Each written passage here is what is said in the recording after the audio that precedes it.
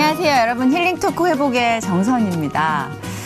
일상이 참 소중하죠. 항상 너무 당연한 것 같은데 일상이 어느 순간 이건 당연한 게 아니라 감사한 거였구나 싶을 정도로 일상은 소중한 건데 가끔은 반복되는 일상의 패턴에서 좀 벗어나 여행 같은 거 떠나보고 싶다 싶으신 분들 많잖아요.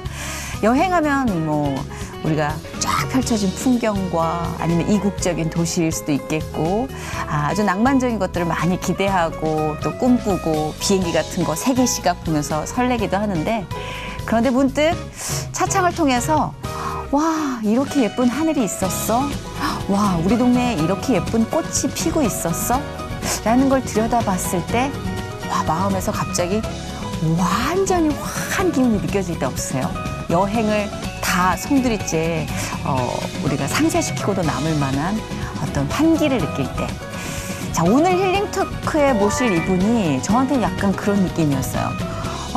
되게 아름답고 뭔가 이국적인 프라하의 막 세련된 도시 같은 먼 미녀처럼 느껴지는 여배우였는데 분장실에서 딱 본 순간 우리 동네 하늘이 이렇게 예뻤어? 진짜 완전 청량감을 주는 한 자락 바람 같았던 그런 첫인상을 주신 분입니다. 배우 김민서 씨 모시고 우리가 오늘 1시간 동안 충만한 이야기를 나눠보고자 합니다. 어서 오세요. 안녕하세요. 2008년 드라마 사랑해를 통해 데뷔 후 작품의 어떤 역할 속에서도 빛을 발하는 배우 김민서. 하지만 16살 때 잡지 모델을 시작한 그녀는 10년이 되도록 일이 잘 안 풀리자 우울증까지 생겼다.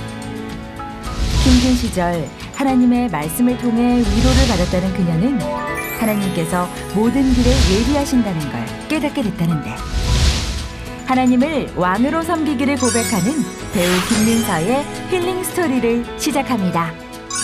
사실 거의 매일 봤어요. 제가 일어나서 숨 쉴 때 저희 어머니가 눈큰 배우 욕을 계속하고 계세요. 걸그룹 출신 민트 이름. 저는 그중에서 애플민트였어요. 어머, 어떡해. 6, 7살 때 나는 죽기 전에 믿고 천국 가야지. 지옥이 너무 무서워. 근데 이 땅이 아직 복음이 안전해졌다고 하는데 제가 할 수 있는 게 뭘까요? 이 하늘에 하나님을 찬양하는 찬양 소리가 울려 퍼졌으면 좋겠어요.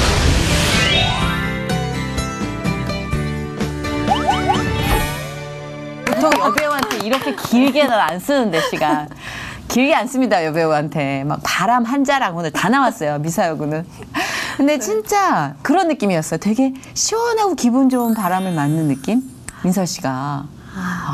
본인의 의도와는 상관없이. 예. 잘 지내셨어요? 네, 네. 덕분에 잘 지냈어요. 그러니까 우리 실제로 초면인데 네. 저는 이렇게 너무 제가 팬이라 구면이라고 생각했고 또 I'm Sorry 강남구가 보니까 120부작이었어요. 6월에 끝났네요. 그러니까 저는 민서 씨를 거의 매일 봤어요. 정말요? 예, 제가 일어나서 숨 쉴 때 저희 어머니가 계속 강남구를 보면서 그 눈큰 배우 욕을 계속하고 계셨어요. 악역이셨으니까. 그리고 너무 당하니까 주인공이. 그 대장정을 같은 호흡으로 했다는 걸 잊지 말아주셨으면 좋겠어요. 감사합니다. 너무 애쓰셨어요. 수고 많으셨습니다. 제가 영광입니다. 그렇죠. 우리 김민서 씨 진짜 뭐 여배우 포스가 뿜뿜입니다. 스튜디오에 우리 남자 스태프들이 사실 쑥스러워서 얘기를 잘 안 하는 분들인데 이제 표정만 봐도 알아요. 이분들이 들떠 있는지 아닌지. 생각해 보세요. 매일 같은 멤버만 봐요. 저 작가 둘, 여자 스태프 하나. 그러다가 민서 씨가 오시니까 뭐 PD까지 막 마중 나와가지고 기도해주고 막 그런 분위기입니다. 네. 자, 우리 힐링 토크 회복 시청자 여러분께 인사 부탁드릴게요. 단독샷. 네. 안녕하세요. 배우 김민서입니다. 만나 뵙게 돼서 반갑습니다. 단독샷은 여배우 전용입니다. 다른 분 잘 안 드리는데. 근데 김민서 씨가 사실 굉장히 오랜 기간 드라마를 하시면서 이번 같은 착한 역할은 주연은 처음이었던 것 같아요. 그래서 저는 될까? 처음에? 워낙 악역의 이미지를 너무 잘하셔가지고 정서불안 역할 최고로 잘하시잖아요. 네. 진짜 맛있게 해요. 그래서 전 되게 팬인 게 정서불안 역할도 못하면 되게 시끄럽기만 하거든요. 근데 되게 진짜 아파 보인다 싶은 정서불안 연기 진짜 잘하시는 분인데 되게 순한 역할 맡으셨어요, 이번에 강남구에서는. 네. 그죠? 본인은 어떠셨어요? 이게 더 맞아요? 처음에 신호를 받았을 때 제가 마음에 들었던 부분은 뭐냐면 대부분의 이제 1.1급들이 그러하듯이 네. 이제 장거리 이야기다 보니까 맞아요. 네. 인생의 굴곡을 맞아요. 처음부터 끝까지 쭉 다뤄주더라고요. 네네. 그래서 제가 맡았던 캐릭터 모아라는 인물이 이런 환경에서 자라서 이런 사람이었는데 이런 사람을 만나서 이런 사건을 겪고 맞아요. 많이 만나. 변해가고 네. 헤쳐가는 그런 과정들이 한번 이렇게 길게 살아보고 싶다. 이 역할로 이 인생을. 왜냐면은 저는 이제 저한테 주어진 딱 한 번의 삶만 살잖아요. 그러니까 또 배우의 이점이니까. 배우의 장점이기도 해요. 네. 그 모아가 또 아이 엄마 역할이기도 했기 때문에 미혼인 입장에서는 또 그 감정 몰입도 힘들었을 것 같아요. 아이를 중간에 또 잃지 않아요? 네. 네. 나 진짜 엄마 열심히 본 거 아니야? 네, 애가 잘못됐을 때 나 울었다고 심지어. 네. 사실 처음에는 내가 연기자인데 연기하면 되지 뭐. 뭐 내가 아기를 안 낳아서 엄마 역할을 못하면 그럼 뭐 다른 내가 할 수 있는 연기가 역할이 뭐가 있겠어. 이런 생각이 들어서 네네. 이제 아무것도 걱정하지 않았거든요. 근데 막상 촬영장에서 그 아이를 만났는데 아이가 생각보다 큰 거예요. 이렇게 큰 거예요, 아이가. 크더라고요. 네, 대본 속에서는 이제 아장아장하는 그런 아이일 줄 알았는데 나중에 알고 보니까 너무 아가들은 연기가 힘들어서 어느 정도 큰 아이를 캐스팅을 하신 맞아요. 거예요. 그래서 그 친구가 연기는 이제 너무 잘해줬는데 처음에는 너무 커서 약간 실감이 안 난다. 그쵸. 그런 생각이었어요. 이모도 아니라 약간 네. 누나 느낌인데. 감사합니다. 진짜. 그래서 근데 그 몰입이 나중에 이렇게 샥 되더라고요. 네. 네. 네, 저도 몰랐는데 아이가 나중에 이제 하늘나라로 가잖아요. 맞아요. 그때 촬영을 할 때가 되게 기억에 남는데 저는 내가 아이를 안 잃어봤는데 그것도 누군가를 잃고 되게 슬퍼하는 감정이 사실은 되게 낯선데 이거 연기 어떻게 하자 했는데 현장에 가서 누워있는 그 아이를 봤는데 주체할 수가 없는 거예요. 그래서 사실 이제 세트장 연기는 제 거 찍을 때만 이렇게 지금 카메라 불 들어오면은 저 찍히는 것처럼 그때만 사실 연기를 하는데 그렇죠, 원래는. 네, 주체가 안 돼서 하루 종일 진짜 계속 오열을 했던 것 같아요. 어느 순간 그 아이가 그쵸. 이제 들어온 제가 거죠. 엄마 마음이 조금은 닮아서 있더라고요. 몰입이 된 거죠. 네. 120부작인데. 네. 보통 그 정도의 긴 호흡의 드라마를 마치면 여배우들은 충전을 위해서 좀 쉬잖아요. 뭐 남자 배우도 마찬가지겠지만. 근데 이분은 여름에 선교 여행을 다녀오셨어요. 라오스로. 네. 네. 그 어떤 계기로 결심을 하게 됐고 다녀오신 얘기 좀 듣고 싶어요. 네. 제가 사실 딱히 해외 선교, 뭐 열방 선교에 대한 뜨거운 마음이 있거나 비전이 있는 건 아니었어요. 네. 근데 다만 여름이 되면 저희 교회에서는 여러 나라 8개국으로 다 선교들을 보내요. 네, 어쨌든 하나님의 지상 대명령이니 내가 촬영이 없으면 기왕이면은 가자 하는 마음으로 단순하게 갔었는데 이번이 3번째 선교였어요. 그래서 촬영이 이제 6월에 끝나니까 그러면 7월 준비해서 8월에 가면 되겠다 해서 준비를 시작을 했는데 네네. 이번에 하나님께서 너무 많은 은혜를 부어주시고 또 선교에 대해서 제 마음을 되게 활짝 열어주신 것 같아서 네, 너무 감사한 선교였어요. 사실 저도 선교는 엄두를 못 내고 있거든요. 네, 좀 부담스럽기도 하고 그래서 매번 라디오 핑계로 이러다가 한번 큰일 나지 싶으면서도 그 용기를 좀 얻고 싶어요. 어땠어요? 이렇게 용기를 내서 가보니까 처음이셨어요? 아니면 민서 씨에겐 선교가 네, 저는 3번째 선교였는데 그럼 선배님이시니까 네. 어땠어요?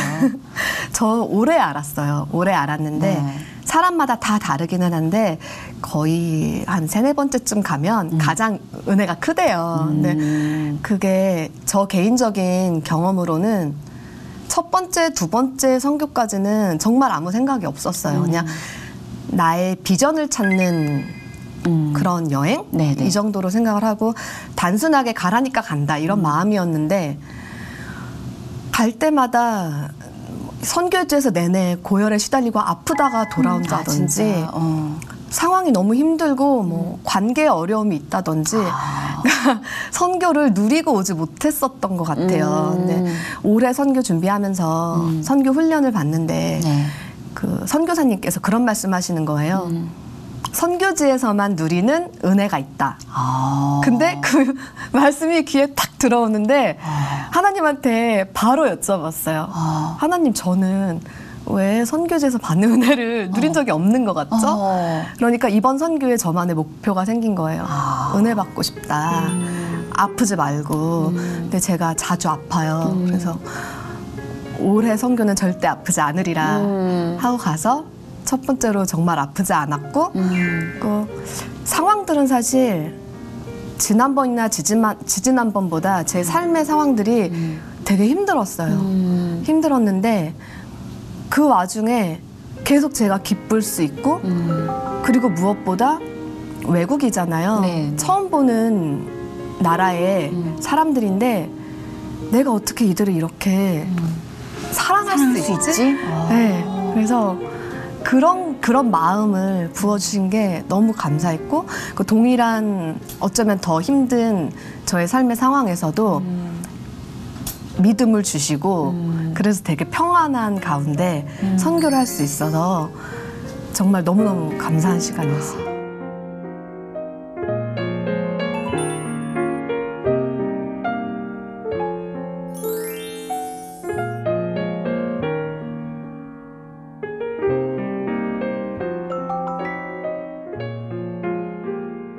우리 민서 씨 소개를 아시는 분들은 이미 다 아시겠지만 꼬마 때부터 좀 소개를 해드리고 볼게요. 네.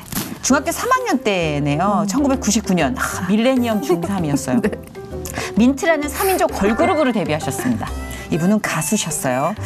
활동을 하시다가 단국대학교 연극영화과에 입학을 하고 이후에 2008년입니다. 드라마 사랑해로 연기자로 데뷔를 합니다. 그리고 2010년 나쁜 남자에 이어서 성균관 스캔들에서 그렇죠.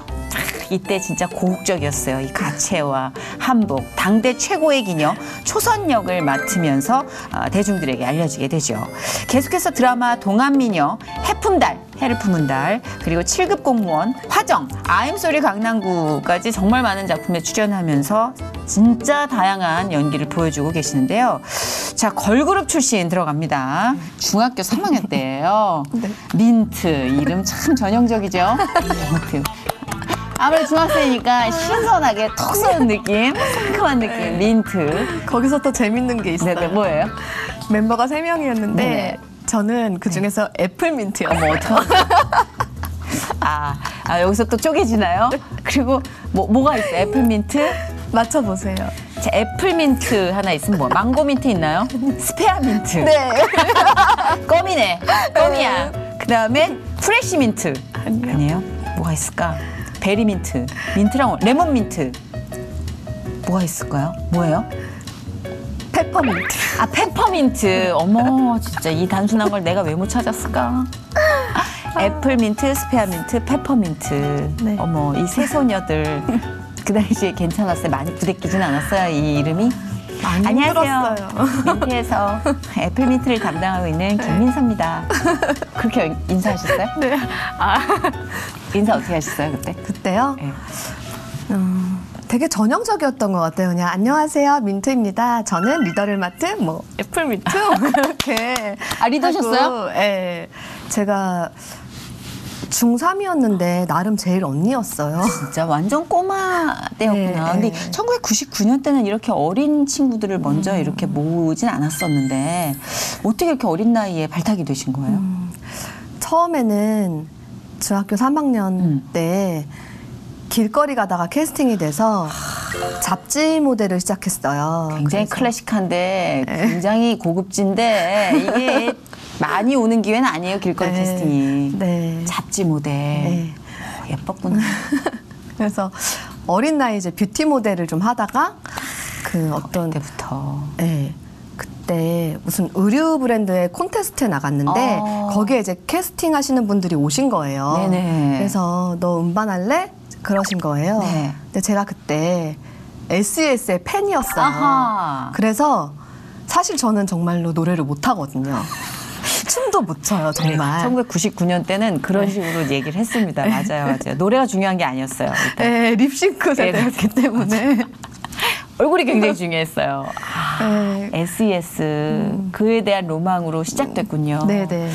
근데 그 기획사에서 이제 가수로 출발을 했는데 활동을 한 전적은 있나요?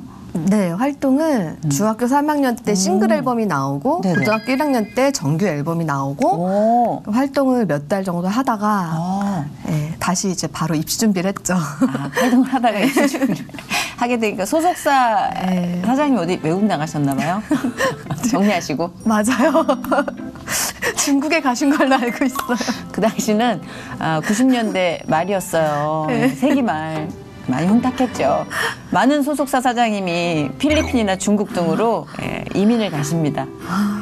그렇게 해서 이제 남아서 이렇게 배우로 전향하신 분도 계시고. 네, 아 진짜 확실히 선배님이시라서 되게 오래 잘 살았다, 아시네요. 오래 살았어. 너무 오래 살았어. 그 당시 정황을 적확하게 기억을 합니다. 근데 좀 상처였겠다, 어린 마음엔.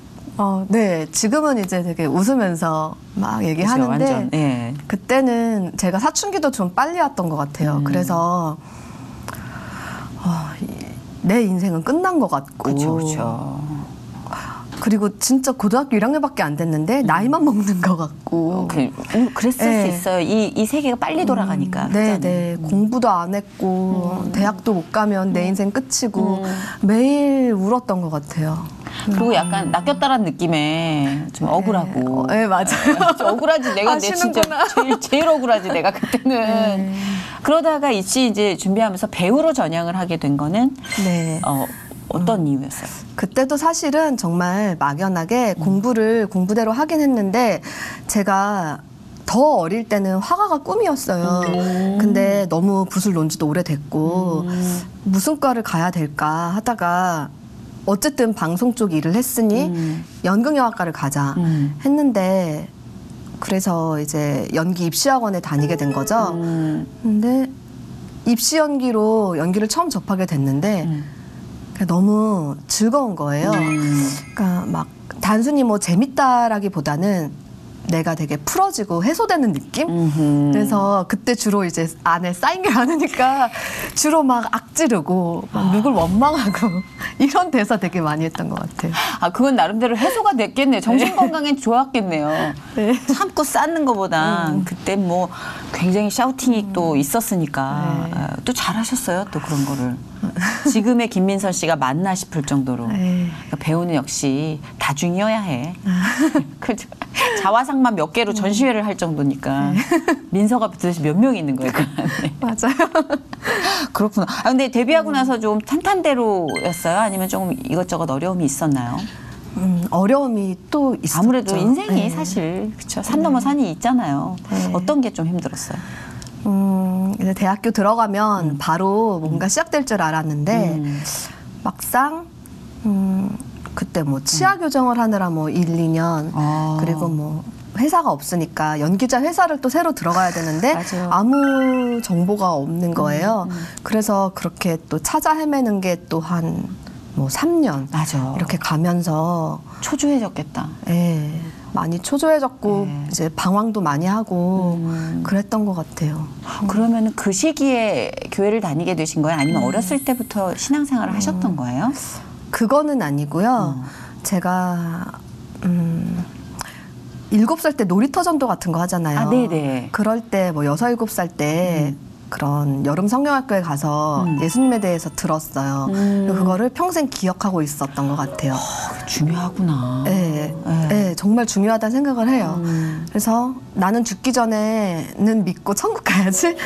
지옥이 너무 무서워서 그런 생각 갖고 살았어요. 7살 아이한테 그럴 수 있죠. 예. 네, 근데 초등학교 때도 항상 혼자 있으면 생각이 되게 많은 아이여서 뭐 초등학교 이런 어릴 때도 그런 사후세계에 대한 생각을 한 번씩 했었어요. 어릴 때요. 네. 태어난 지 10년 안팎의 애가 사후세계를 벌써 철학적이었구나.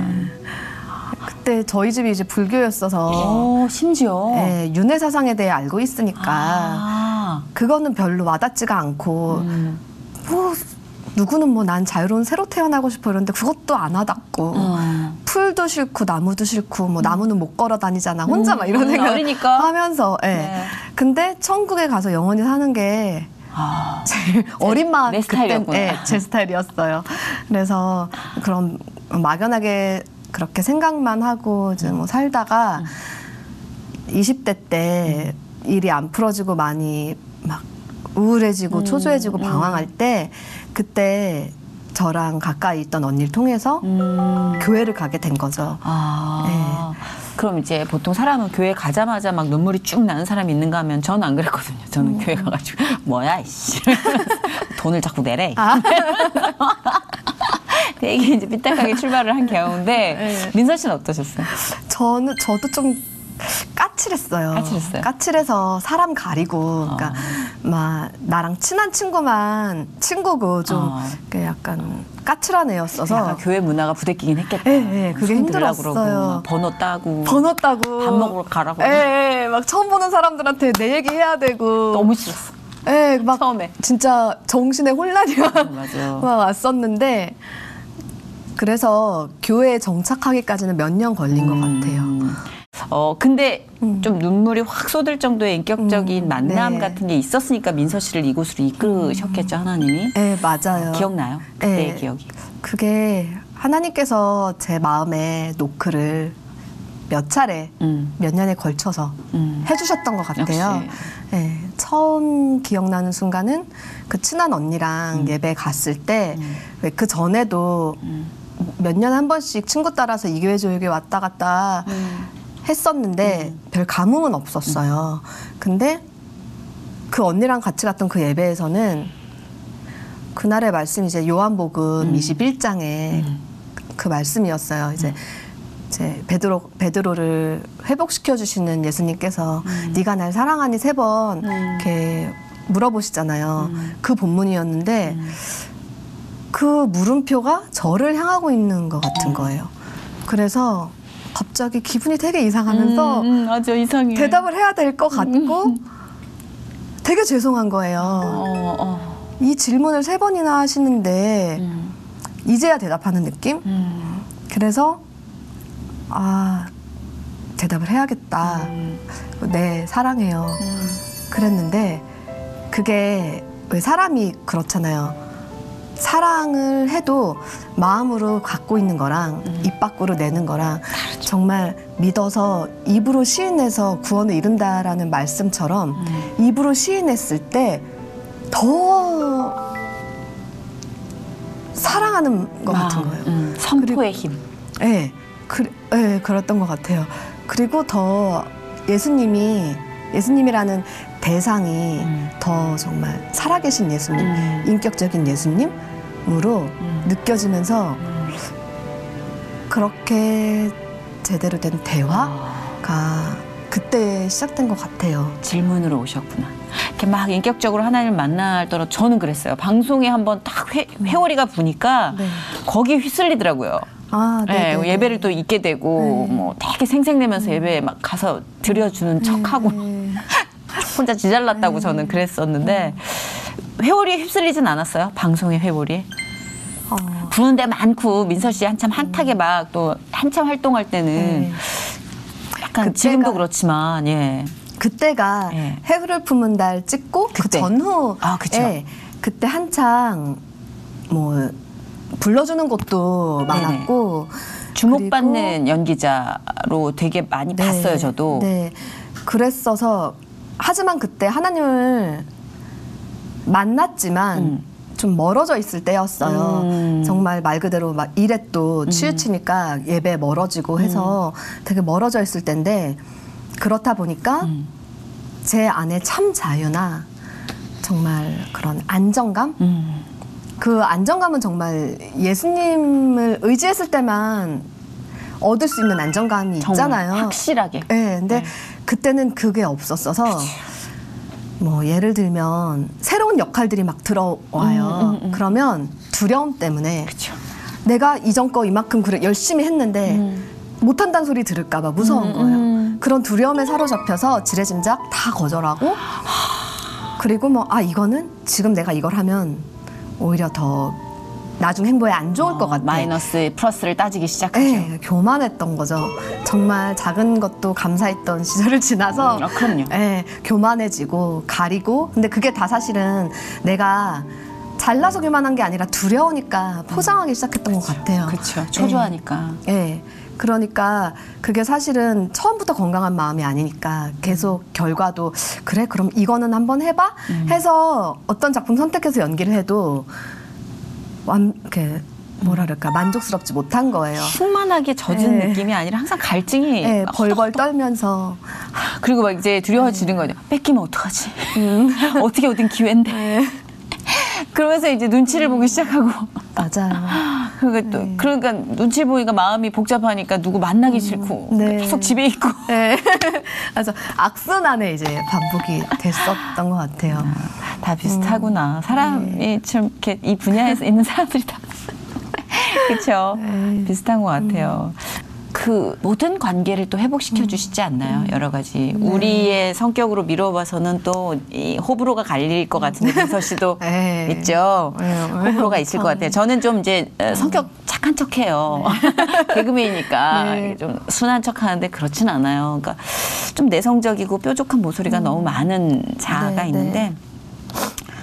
모든 관계에 틀어졌던 부분을 하나님 네. 수리하기 시작하시더라고요. 네, 네. 민서 씨는 혹시 그런 변화 느끼신 적 없어요? 뭐 가족이든 친지든 너무 친구든. 많죠. 가장 대표적인 회복은 어떤 거였어요? 가족인 것 같아요. 가족. 네. 가족의 상처가 워낙 오래됐고 약간 이게 오래 지속되다 보면 만성이 되잖아요. 맞아요. 저도 그랬어요. 네, 그래서 이제 그냥 이렇게 사나보다 하고 살았어요, 사실. 근데 특별히 어떤 엄마나 아빠가 제가 아기 때 아프셨어요. 근데 이제 아프시기 전에 양복점을 하셨고 양복을 만드시는 분이셨는데 어느 날 몸이 많이 아프게 되신 거예요. 그래서 제가 아기 때 기억에는 아빠는 거의 하루 종일 집에 누워 계시는 아이고. 한 뭐 4살 이럴 때 누워 계셨던 기억이 주로 많고 그래서 제가 뭘 이렇게 누구한테 요구하거나 이렇게 뭐 챙김을 받는 게 아니라 그냥 누워 계신 아빠와 혼자 집에 있는 저였어요. 아이고. 근데 또 다른 기억은 제가 이제 할머니가 계신 큰 집에서 한 몇 년간 키워졌는데 그때도 되게 외로웠던 것 같아요. 물론 사랑은 많이 받지만 큰 집에 가면은 엄마 아빠가 그립고 엄마 아빠한테 오면은 큰 집이 그립고 하니까 마음 둘 곳이 없었던 것 같아요. 아기가 혼란스러웠던 것 같아요. 그럴 수 있죠. 네, 그랬는데 어릴 때 기억에 어느 날 이제 엄마 아빠한테 와서 한 방에서 같이 잠이 들었는데 제 새벽에 깬 거예요. 근데 정신을 차리고 보니까 아기가 어두운 방에 밤에 혼자 앉아 있는데 그럼 다시 누워서 자야 되잖아요. 근데 머리를 어디로 둬야 되지? 이 방도 낯설고 그냥 이렇게 그냥 엄마의 뭐 팔로 눕든 아빠의 배 위로 눕든 누우면 되는데 어렸을 때 그런 고민을 하느라고 밤에 한참을 앉아 있었어요. 근데 그 기억을 잊고 있다가 어느 날 문득 생각이 든 거예요. 근데 그런 말씀 있잖아요. 예수님께서 인자가 머리 둘 곳이 없다 하셨던 그 말씀이 저한테 되게 위로가 됐어요. 그래서 왜 하필 어렸을 때 그런 기억들을 떠오르게 하시고 또 위로를 주실까. 그래서 항상 하나님과 아프고 기쁘고를 반복했던 것 같아요. 근데 이제 그러면서 이제 아버지가 어렸을 때 많이 아프셨기 때문에 이거는 제가 이제 성인이 되고 나서의 인간으로서의 이해 버전이에요. 오케이. 아빠가 너무 아프셨기 때문에 또 신앙도 없으셨고 하니까 이제 술도 많이 하시고 그러면 또 이제 엄마한테 또 화풀이도 하시고 그러면서 아빠는 아마 제 추측에 되게 꿈이 많으셨는데 아프시니까 좌절도 많이 되셨고 그러니까는 도박을 시작하신 거예요. 근데 그게 그냥 뭐 일반 사람들이 재미로 하는 게 아니라 정말 인생의 끝자락에 막 고통스러운 한 사람이 도박으로 피신을 하다 보니까 나오지 못하고 평생 가신 거예요. 그래서 제가 아빠를 정말로 평생 미워하면서 살았어요. 저랑 정말 친한 친구들도 저희 가족의 얘기를 잘 몰랐어요. 왜냐면 제가 하질 않으니까. 그렇죠. 제가 20살 때 바로 대학 들어오면서 독립을 해서 10년간 혼자 살았는데 명절 때만 거의 아빠 얼굴 볼 정도로 그렇게 그냥 잊고 싶었던 것 같아요. 근데 하나님 만나고 그때가 5월달 가정의 달이었는데 목사님께서 오늘은 가정의 달이니 가정의 달 제일 싫었어요. 저 옛날에 진짜로 싫어했어요. 왜냐면 진짜 가정의 달 저도 이제 아빠랑 똑같은 트라우마가 있는데 너무 싫었어요. 5월 달만 되면 교회 가고 싶지 않아. 막 이랬었어요. 근데 어땠어요? 근데 가정의 달이니 가정의 달이니 집에 가서 아빠를 안아드리고 사랑한다고 해라. 와 대박이다 진짜. 와 똑같다. 진짜요? 저는 가정의 달에 그런 건 아니라 하나님께 직접 느껴진 마음. 제가 그때 저희 아버님이 또 이제 가전 제품과 인테리어를 싹 다 바꾸셨죠. 이제 액션이 막 난무하는 이제 술을 드시고 그래서 너무 이제 아버지를 해칠 것 같더라고요. 그 자리에서. 그래서 무슨 말을 하든가. 그래서 이제 막 다친 어머니를 끌고 교회 갔을 때 진짜 처음으로 아버지가 먼저 죽으면 안 돼요라고 기도를 했었어요. 그런데 딱 그 말씀을 드리는 순간 너무 제가 제 화살로 저를 찍고 있더라고요. 너무 아픈 기도잖아요. 그건 저주잖아요. 그래서 그 말이 끝나자마자 너무 죄송해요 하나님 제가 미쳤었나 봐요. 그러는데 한 호흡 두 호흡 쉬고 나서 하나님이 저한테 주신 숙제였어요. 딱 한 번만 가서 안고 있으라고. 사랑한다는 그거는 타협 못했어요. 그건 못하겠어요. 나 그 말은 못하겠어요. 그럼 일단 가서 안아라. 첫 번째 미션이었어요. 그래서 했어요? 민서 씨는? 그래서 그때 우리 주고받고 한번 해봅시다. 그때 숙제했어요? 가서? 했어요. 결론은 잘했어요. 이제 하나님의 말씀을 거역할 자신이 없는 거예요. 하나님은 목사님 통해 말씀하시니까 갔는데 근데 자존심이 있어서 안아드리면서 아빠 내가 지금 하나님을 믿게 됐는데 하나님이 아빠를 안아드리래. 그리고 사랑한다고 말하래. 이거 내가 하는 거 아니고 어떻게든 내가 지고 싶지 않아. 내가 하는 거 아니고 하나님께서 하시는 거야. 그래도 하나님을 소개를 하셨네요. 네네. 아빠한테. 그래서 아빠가 근데 너무 좋아하시는 거예요. 웃으면서 너무 고맙다 하시는데 제가 나한테 고맙다고 하시지 말고 교회 가서 하나님한테 고맙다고 제대로 하세요. 전도하시는데. 그래서 교회를 나가시기 시작하셨어요. 그래서 하나님한테 감사하셨다고 하시더라고요. 그래서 엄마랑 아빠랑 이렇게 자연스럽게 교회를 다니기 시작하셨죠. 많은 분들이 가족이라는 개념을 놓고 봤을 때 저주, 증오, 미움, 한, 짐 이런 키워드를 떠올리는 분이 있어요. 꽤 많이. 네. 저도 거기서부터 자유롭진 않았었는데 어떻게 그 모든 단어들이 다 바뀔 수 있을까. 하나님 한 분을 마음에 들여놓고 나니까 내가 어떻게 우리 아빠한테 사랑한다는 말을 할 수 있지? 그래서 작년에 소천하셨는데 너무너무 사랑하는 마음이 생기더라고요. 그리고 심지어 아버지가 그리운 거야. 와, 난 진짜 내가 아빠가 보고 싶어서 울어? 그 놀라움에 또 차를 세우고 울었던 기억이 있는데 그걸 풀게 해주신다는 게 저는 그래서 진짜로 TV를 보고 계신 많은 분들도 만약에 그 십자가 앞에 계신다면 방법은 그쵸? 네. 하나님밖에는 하나님께 열쇠 달라고 떼쓰세요. 나 혼자 이걸 용서할 자신이 없으니까 열쇠 달라고 떼쓰면 민서 씨도 열쇠를 받았고 저도 열쇠를 받았으니까. 아멘. 그죠? 네. 네. 그거를 풀어놓기까지 되게 많은 세월이 있었을 것 같아요. 네. 네. 제가 저희 교회에서 신앙생활한 지 4년 됐어요. 나는 하나님을 제대로 믿고 동행한 지 4년 된 거예요. 그 기간에 비해서 저희 가족을 정말 빠르게 만지셨던 것 같아요. 맞아요. 그 짧은 시간 동안 그 시간에 비해서 가족들을 되게 많이 만지셨는데 여러 사건들이 있었지만 되게 큰 사건이 작년에 있었어요. 아, 그래요? 네. 아빠가 이제 주일 예배는 다니시게 된 거예요. 그리고 진짜 불가능이 없어. 그러니까 진짜. 네. 그리고 가끔 또 새벽 예배도 가시고 이렇게 하셨는데 저희가 작년 5월에 이사를 했어요.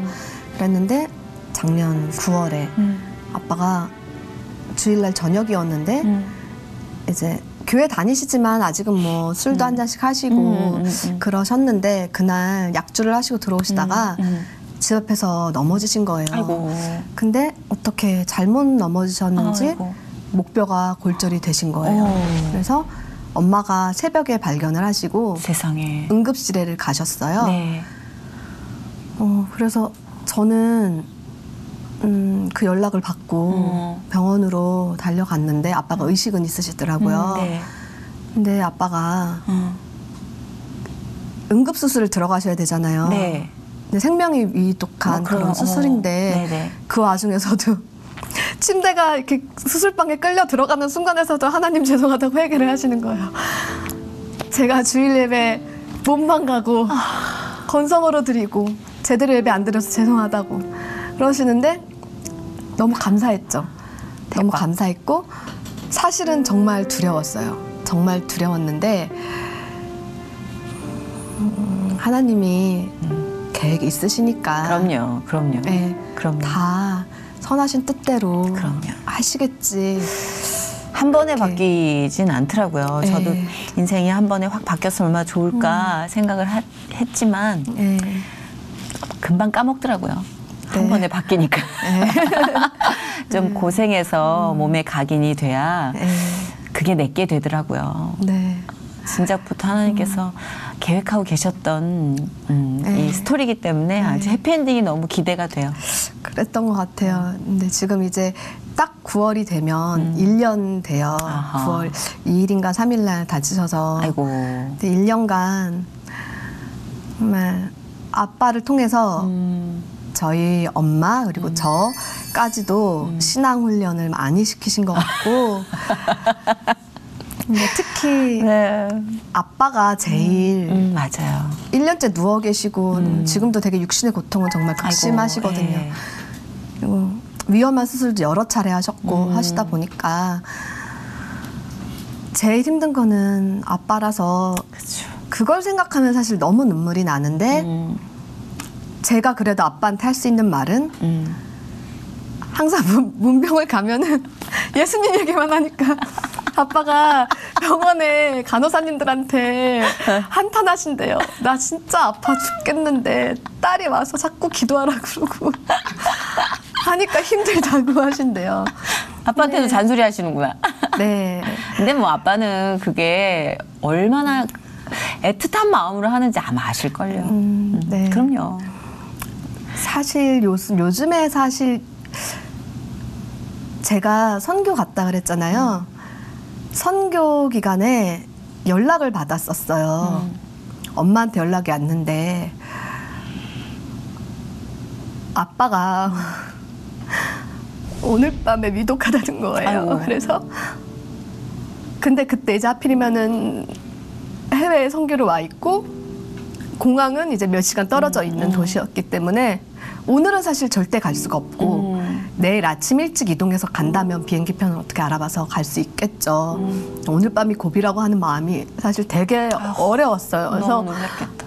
이 팀원들한테는 티를 내면 안 되니까 구석에서 너무 많이 울고 기도를 했어요. 근데 제가 왜 그렇게 마음이 더 아팠냐면 요즘에 아빠가 육신의 고통이 점점 심해지시고 좀 힘들어 하셨어요.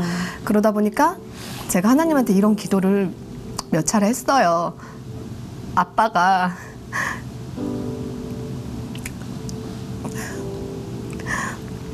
천국으로 가시는 것만 확실하면 그냥 더 이상 고통 없이 데리고 가달라고 기도를 했는데 그날 밤은 안 될 것 같은 거예요. 그래서 제가 하나님한테 하나님 제가 그 기도 잘못한 건가요? 근데 정말 천국 가시면 되는 거니까. 근데 오늘은 안 될 것 같아요. 왜냐면 오늘 데려가시면 제가 평생 너무 마음이 어려울 것 같다고, 평생 아플 것 같은 거예요. 그래서 근데 이제 나중에 저희 목사님들이랑 교회 식구들이랑 알게 돼서 한국에서도 정말 많은 분들이 기도해 주셨고 예, 선교팀들도 함께 기도했고 근데 그때 기도하고 나니까 또 금방 마음이 너무 평안한 거예요. 그래서 제가 왜냐면 그 다다음 날이 또 어린이 선교하는 날이었는데 어린이 사역을 하러 가는 날이었는데 그게 되게 기대됐었어요.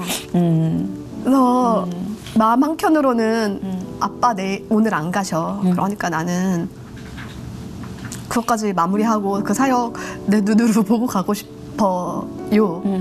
라는 마음이 들었어요. 그래서 되게 또 평안하게 또 아무렇지도 않게 이제 막 이렇게 했는데 그 다음날 다 깨달아지는 거예요. 뭐냐면 제가 선교 기간 중에 묵상을 하는데 예레미야서 1장을 처음 묵상을 하게 된 이제 첫 장을 폈는데 예레미야가 눈물의 선지자인지는 알았지만 이렇게 하나님의 말씀이 임했을 때 겁쟁이였는지 몰랐어요. 근데 두려워하는 거예요. 두렵다고 난 아이라고 막 하는데 하나님이 두려워하지 말라고 말씀을 해주시던 그 구절을 제가 묵상을 했는데 그게 왜 와닿았었냐면 제가 선교하는 내내 아마 처음 받은 마음이었던 것 같아요. 하나님 하늘이 너무 아름다워요. 이 땅이 너무 아름다운 것 같아요. 근데 이 땅에 아직 복음이 안 전해졌다고 하는데 제가 할 수 있는 게 뭘까요? 이 하늘에 하나님을 찬양하는 찬양 소리가 울려 퍼졌으면 좋겠어요. 그런 마음이 들면서 내가 할 수 있는 게 뭘까? 이런 거를 해볼까? 저런 걸 해볼 수 있을까? 이런 생각을 하게 되는데 자꾸 그런 어떤 계획들이 떠오를 때마다 제가 제하는 거예요. 아니야, 아빠가 아프셔서 이건 안 돼. 아니야, 아빠가 지금 아프시니까 지금 당장은 아니야. 뭐는 아니고 뭐는 아니고 다 제 스스로 제한하고 있는 거예요.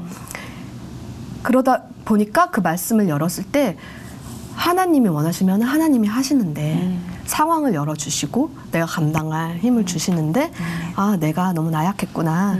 그리고 아빠 또한 하나님이 책임지시는데 내가 또 인간된 연약함이 안에 아직 있었구나. 그러면서 그거를 하나님한테 기도했어요. 하나님 원하시는 길이 있다면 내가 순종하게 해주세요.